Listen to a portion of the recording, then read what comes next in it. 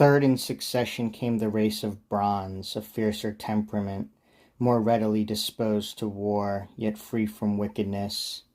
Last came the race of iron. In that hard age of baser vein all evil straight broke out, and honor fled, and truth and loyalty were placed by fraud, deceit, and treachery, and violence and wicked greed for gain. Men sailed the sea, as yet the novice crew scarce knew the winds.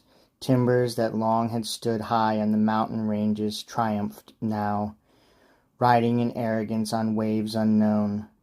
And on the ground, common till then and free as air and sunlight, far across the fields, by careful survey boundaries were marked. Nor did earth's rich return of crops and food suffice. The bowels of the world were forced, and wealth deep hidden next the gates of hell dug out, the spur of wickedness and sin.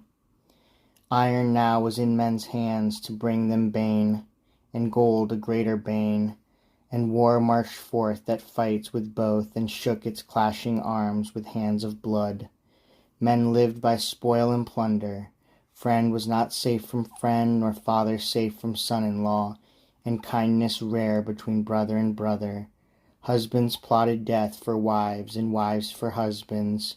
Stepmothers with murderous hearts brewed devilish aconite, and sons, importunate to glut their greed, studied the stars to time their father's death.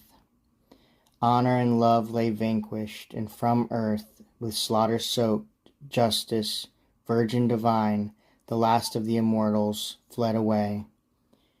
Nor were the heights of heaven more secure. Giants, it said, to win the gods' domain, mountain on mountain reared and reached the stars. Then the Almighty Father hurled his bolt and shattered great Olympus, and struck down high Pelion piled on Ossa.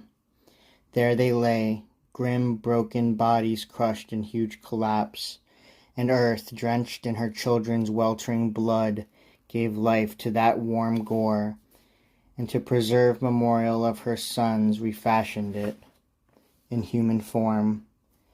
But that new stock no less despised the gods and relished cruelty, bloodshed and outrage, born beyond doubt of blood.